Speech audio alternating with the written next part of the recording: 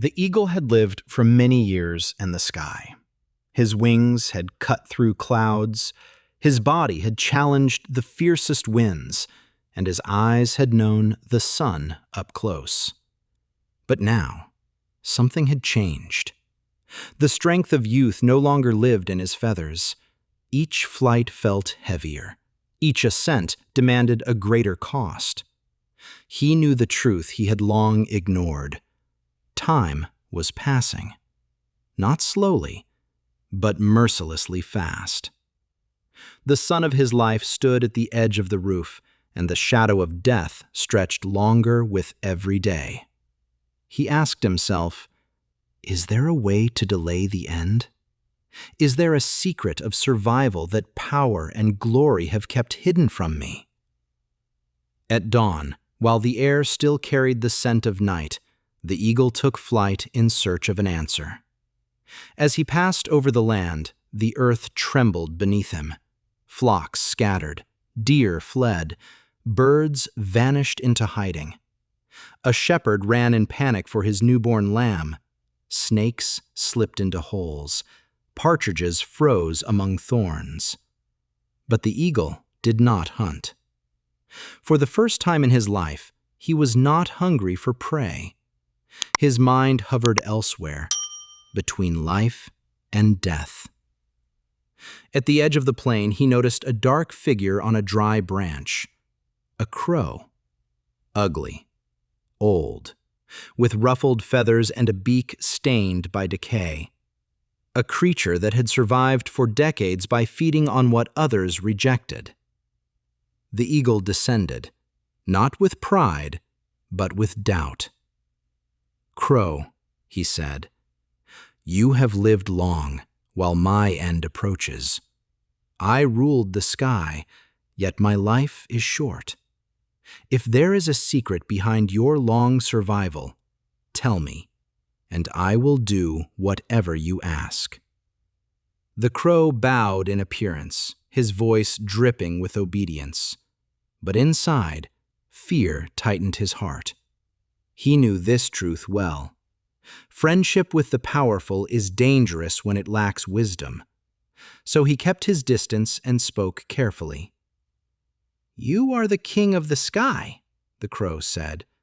"We are nothing but your servants. Command me. What is my life worth compared to yours?" Yet in his thoughts he whispered, "If this king grows angry, my life will be the first payment." The eagle, he spoke of his sorrow, of his short life, of his ancestors, strong eagles who all died before old age. "My father told me," he said, "that he could never catch you. His father said the same. You remained while we vanished. Tell me, what is the capital of your long life? What is the secret?" The crow answered slowly. "If you seek the truth," he said, "you must accept this first. Not everyone is born for heights. We crows do not love the sky. The higher you rise, the harsher the winds become. What you call freedom, the body calls destruction. Our secret is not flying, it is staying. Not ascending, but remaining." Then he smiled faintly. "And there is another secret," he added. "What you despise is our medicine. Rot, decay, carcasses. What others flee from is what keeps us alive." The crow jumped from the branch. "Come," he said, "if you truly wish to know." They traveled together to the back of an abandoned garden, a place where the stench reached from far away.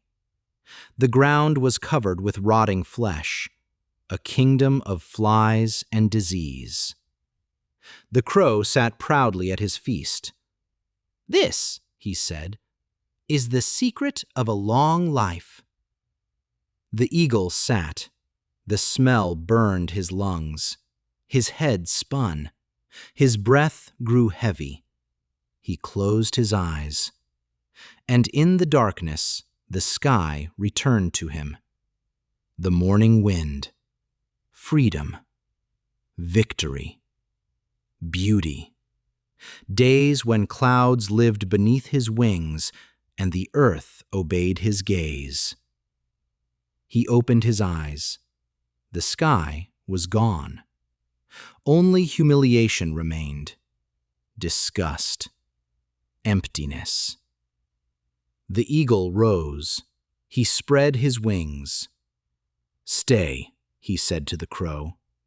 "Enjoy your long life with your rot and decay. But I was not made for this. If I must die, let it be in the sky. I choose death at the height over life in filth." And he took flight, higher and higher, until he became nothing more than a small dot on the blue canvas of the sky. Moments later, even that dot was gone.